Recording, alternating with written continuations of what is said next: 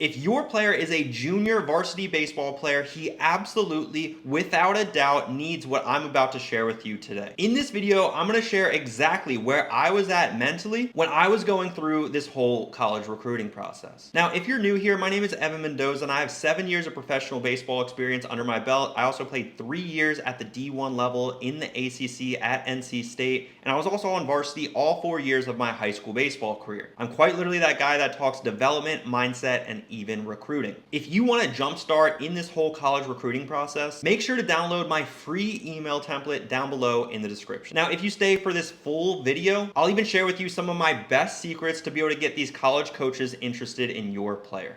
All right, so let's get into it. So this is exactly where I was at mentally when I was a junior in high school, and this is me being a little bit of a geek, right? I was definitely a spreadsheet king when I was in high school. I still am today, but this is exactly what I did to be able to visualize where I truly wanted to play college baseball. And typically speaking, a lot of the times these high school baseball players maybe have some doubt. Maybe they don't truly have that confidence. Maybe their skill level or maybe some of their metrics aren't up to par for a D1 baseball program. For me, I was in the same exact position that your son is currently in. I didn't really know if I was going to be good enough to be able to play D1 baseball. And I was a late bloomer as far as my physical development, especially my mental development, because I completely neglected it until I got to pro ball. And this is something that I just helped visualize where I wanted to play and to create an ultimate list, right? So this is what I like to call just a simple list of these colleges, right? And as you can tell right here, I just called it Evans Colleges, right? So in this easy to create spreadsheet, it's nothing super crazy, guys. I just did the name of the school over here. I really truly wanted to study aerospace engineering. Like without a doubt, I've always been into planes. I've always loved flight. I wanted to be a pilot. I still want to become a pilot. I want to get my pilot's license one day. But on my mom's side, we have a list of naval pilots, so it just runs in the family a little bit. I just think it's really cool. So I knew I wanted to study aerospace engineering, and in this column right here, I basically just put an asterisk if they actually have aerospace engineering as their major. And this was definitely a huge qualifier in my decision on if I even wanted to attend the university or not. And as you can tell, like Florida State did not have aerospace engineering. They didn't even have an engineering program, right? Even though their college coaches told me that they did, right? So I, of course, wanted to have that research in place, and I created this document to be able to understand where my top schools were, right? So engineering, as you can tell, UVA has it. I should put a check mark, actually. UVA has it, Rice has it, NC State. Those were my top 3 schools based off of this list, and I always knew that, right? Because of this list. I also, in this column right here, put the size, and I created a little bit of a scale, right? 0 to 15 meant a small. I did small, medium, large, kind of like t-shirts, right? But Rice, to be honest with you, one of the reasons that I didn't want to go to Rice is because it was an extended high school. It was a small university. I think it had like less than 4,000 students.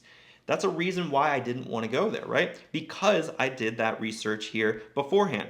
I also did public or private. And then for this column right here, I just simply rated the baseball program, simply 1 to 10, and this was on my own scale. Based off the research that I did, obviously NC State had a great program.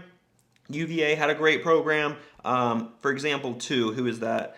Naval Academy has a great program, but didn't really have any potential to be able to play baseball beyond those years at the Naval Academy. So for those that don't know, I'm going off on a tangent, but I was actually, I was born and raised close to the Naval Academy in Annapolis, Maryland, and that was one of the very first colleges that I ever went on a visit for. I spoke to the coach. He was an awesome dude. I went to the camp when I was in middle school, and I simply asked the question, can I play professional baseball after attending the Naval Academy?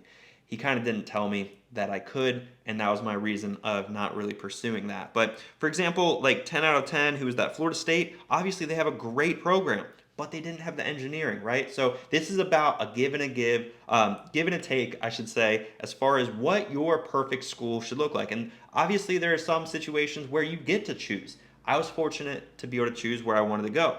I also put down the conference because obviously I wanted to play in a bigger conference. It's just better to be able to play at a bigger conference. And even looking back, I kind of wish I was in the SEC.